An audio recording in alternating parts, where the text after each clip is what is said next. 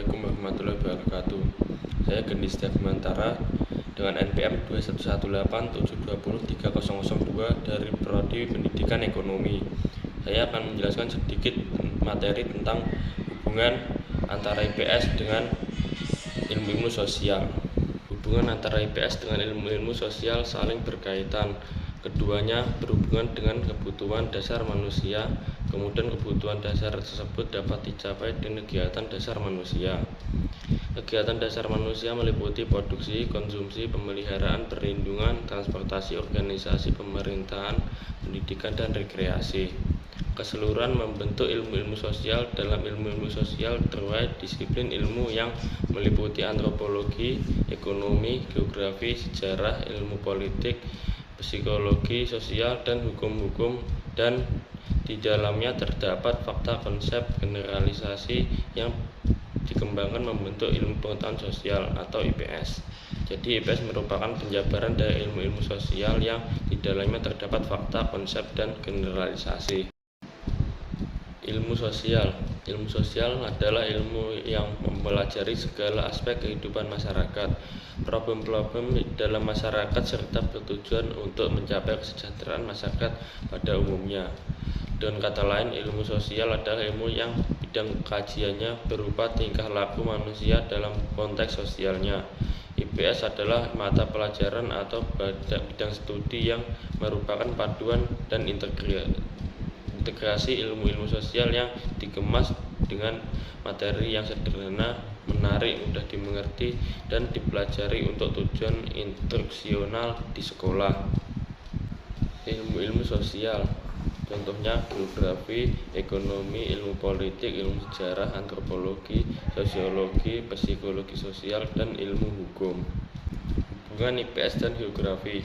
IPS mengambil materi dari geografi yang terkait dengan bumi, garis lintang, garis bujur, arah, jarak, lokasi ruang, kondisi ruang, serta lingkungan, sumber daya alam, serta interaksi antar bangsa dan manusia dengan lingkungan. Hubungan IPS dan ekonomi. IPS mengambil materi ekonomi terkait dengan usaha manusia untuk mencapai kemakmuran dan gejala-gejala serta hubungan yang timbul dari usaha tersebut.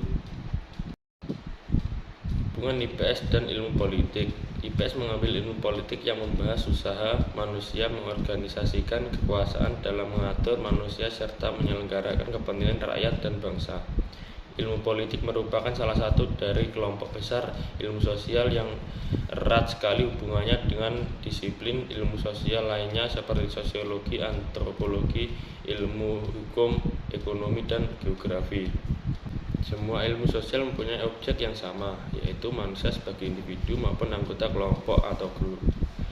Dengan hal tersebut sangat membuktikan bahwa politik juga mempunyai hubungan erat dengan IPS, sasaran yang diselidiki manusia dalam kehidupan masyarakat. Hubungan IPS dengan ilmu sejarah. IPS mengambil materi ilmu sejarah yang terkait dengan cara hidup manusia dilihat dari kurun waktu masa lalu. Hubungan IPS dan antropologi. IPS mengambil materi antropologi yang terkait dengan kajian hasil budidaya manusia dalam menjaga eksistensinya dan usaha untuk meningkatkan kehidupan baik aspek lahiriah maupun batiniah. Hubungan IPS dan sosiologi. Ilmu sosial dinamakan demikian karena ilmu tersebut mengambil masyarakat atau kehidupan bersama sesuai objek yang dipelajarinya. Ilmu sosial belum mempunyai kaidah-kaidah dan dalil-dalil yang tetap diterima oleh bagian terbesar masyarakat karena ilmu tersebut belum lama berkembang. Sedangkan yang menjadi objek adalah masyarakat manusia yang selalu berubah-ubah. Karena sifat masyarakat yang selalu berubah-ubah hingga kini belum dapat diselidiki dan dianalisis secara tuntas hubungan antara unsur-unsur di dalam masyarakat. IPS mengambil materi sosiologi yang mempelajari masyarakat secara umum dan berhubungan antar individu dalam masyarakat tersebut. Hubungan IPS dan psikologis sosial.